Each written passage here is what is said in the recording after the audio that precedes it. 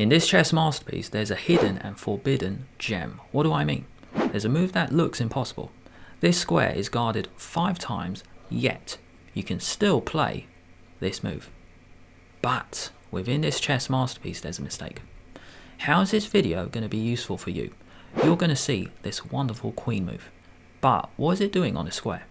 You're going to see this incredible position where white dominates the left, right and center. Then you're going to see the gem. But then you're going to see the mistake. Within this chess masterpiece, there's a mistake. d4, d5, c4, e6. With the white pieces, Vasyl Ivanchuk. And with black, we have Jorden Van Foreest. Ivanchuk, the top player from Ukraine, and Van Foreest, Dutch number 2. After knight c3, Van Foreest plays c5, the semi-Tarrasch defense, causing a lot of tension in the center. Take, and now knight f3. Knight f6. One option is for Ivanchuk to pin the knight to the queen. Not today. He chose to play e3, defend the center. a6. Perhaps Van Foreest wants to get more space. White now goes b3. That's the point. Not getting the bishop out, but perhaps putting the bishop on this diagonal instead. Knight c6, bishop out. Turns out black is the one who is pinning the knight to the queen. Bishop e2. Gigantic decision here, in my opinion. Absolutely gigantic decision to trade. Bishop takes knight. Here I would have played another move, maybe rook here or bishop out. But this is what Van Foreest didn't really want. This kind of position where you've got an isolated pawn. This pawn is all by itself. There's no neighboring pawn to defend it, and it can be very difficult to play this kind of position. So, gigantic decision here, take. Deliberately giving up bishop for knight. But he follows it up with this capture in the center, and it turns out both of us have an isolated pawn. Bishop b4, pinning the knight once again. Both sides castle. Vasyl gets the knight out of the way. Why? Because even though black gets the file, you're going to come in with the knight. Black attacks the knight and it drops back. Beautiful square for the knight. Perfect square where it controls so many dark squares. The bishop drops back. Now on this spot, this bishop controls so many squares. It's better than this bishop at the moment. This bishop is so strong, but the knight is defending it. Now what? Rook c1. Now what? Rook e1, fighting for control in the center. That's where the players, 3 on it, 1, 2, 3. But white only has 2. So black puts the knight in center, but it's time for Vasyl to switch. Rook e2. Why?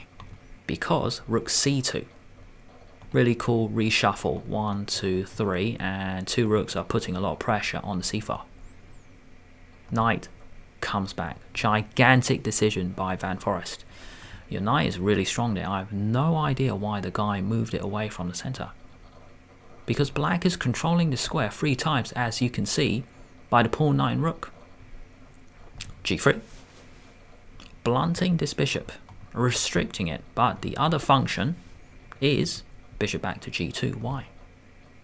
After rook c7, maybe the rooks will double, so both rooks are on the c-file. Maybe that rook can come there later. This is the first part of the intro. Queen f1. This really cool queen move. Why? Why put the queen on this spot where normally there's a rook? That rook is normally on this square. But the queen actually operates really well here. The bishop can come out to h3 to attack the queen. Later we're going to see this angle. The queen actually keeps an eye on the a6 pawn.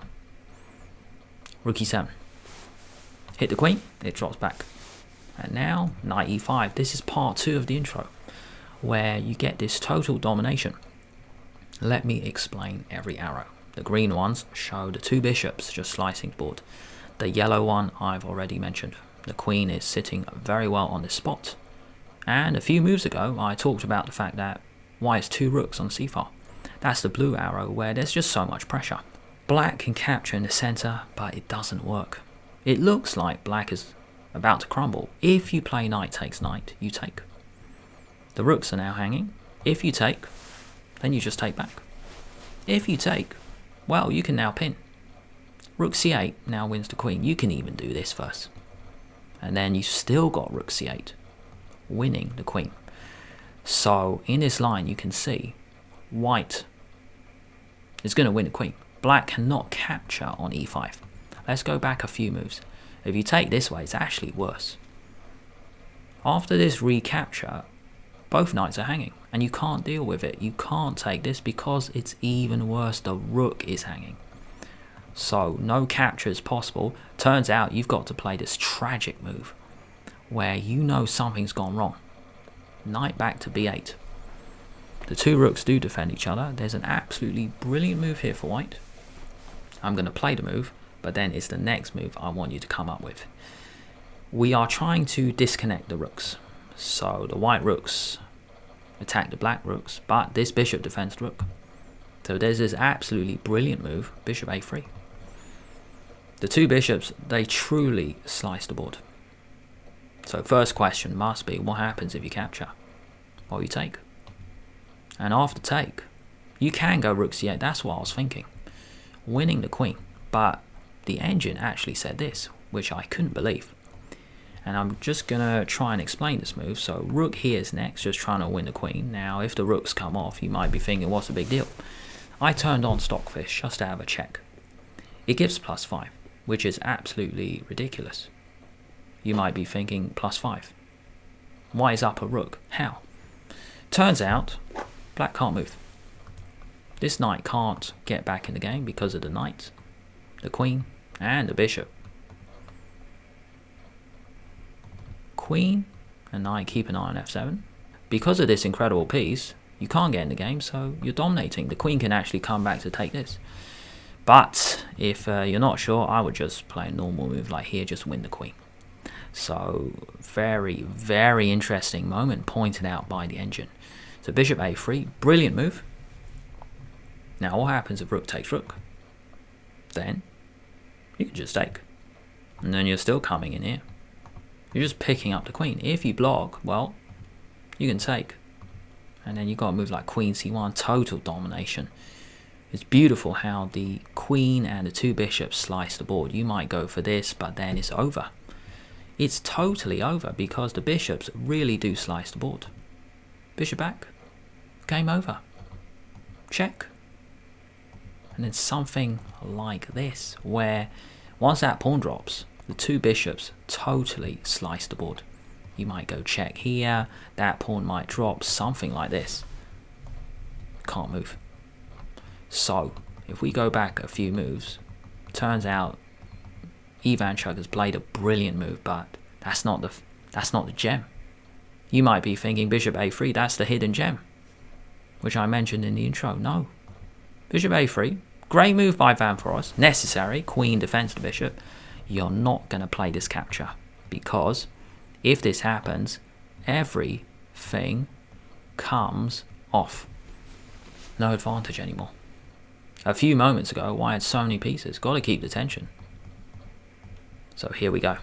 This is your first moment. Pause the video now to have a go, or just let the timer run. Can you find a really cool move here for white where you put a piece on a square, but it's being guarded 5 times? This is the hidden gem. Knight d7. It looks impossible. The guy played it. Vasyl Ivanchuk found the impossible square. Now we're going to look at a few options. Now firstly, what if knight takes knight? I was just thinking bishop takes bishop, and then it looks very strong. Even better, you go rook takes rook. So if you recapture, turns out you pick up this rook first, and if queen takes bishop, then the rook comes in. Why is a rook for a knight up? Completely winning. Let's go back a few moves. What's another option? If you go rook takes rook, turns out you go check first. King here, and then you can take. King takes, and this king is on a very funny square. A nice move here is just to pick up the queen. Rook c8. Picking it up. Bishop controls the octopus knight right in the black position. Take. Played. But now what? Take. If rook takes rook. If rook takes bishop, I mean rook takes rook. So, now what? Take. Take. And you're in. There's no way to stop this move. You might be thinking, what's he talking about? Van Foreest actually went rook d6. Black is 2 knights for a bishop up, but that's not true. Rook c8 wins the queen. That's the thing. And if we go to this moment, if you got out the way, it doesn't matter. Rook c8 still wins the queen. This bishop actually stops the queen coming out. So it turns out you're going to lose the queen because there's just too much pressure. Rook c8 wins the queen. Take, take. White's totally winning, right? But within this chess masterpiece, there's a mistake. I think White's played so well in this game. Take the pawn, but then this pawn falls off and there's some counterplay. Going back, I think it's time to keep these pawns. Something like this. Keep the pawns on the board. The 2 center pawns, keep them on so then black can't run this pawn down. Something like this where you hit the knight and these pawns are still on the board. Looks pretty good. Looks pretty good for White. I think White can play this kind of position for a long time. Knight c6. Queen takes pawn, and now knight takes d4. King g2. King g7, and now b4. Get them rolling 2 against 1.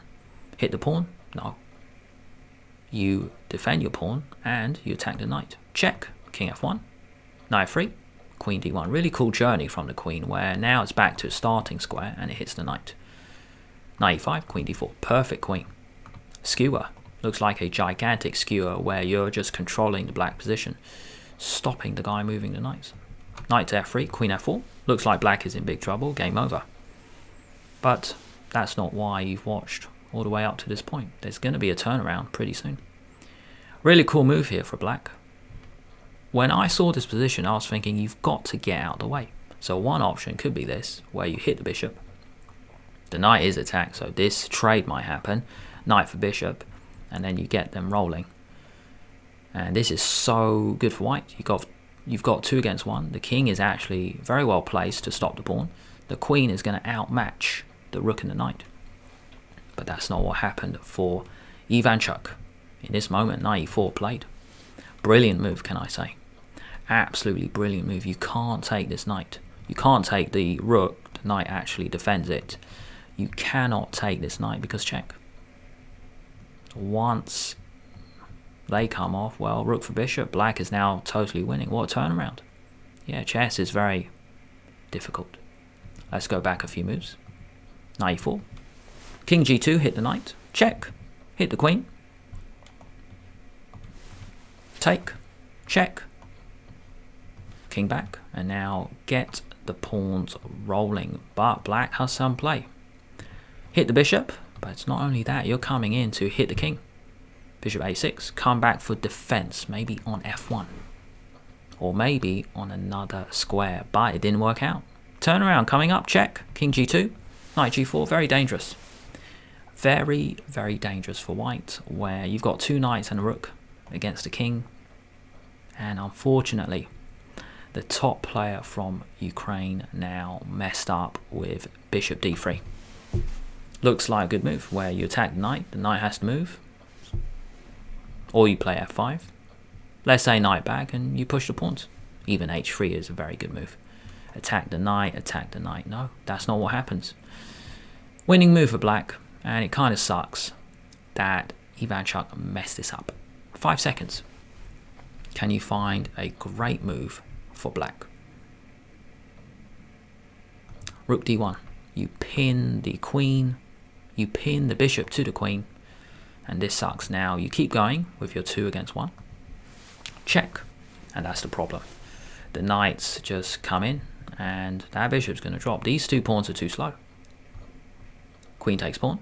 Now, if you take this one, you take this. If you push 2 knights and a rook against a lone king, the queen is just too far away. Knight e5, checkmate. And if you push, it's just checkmate in 2. Check.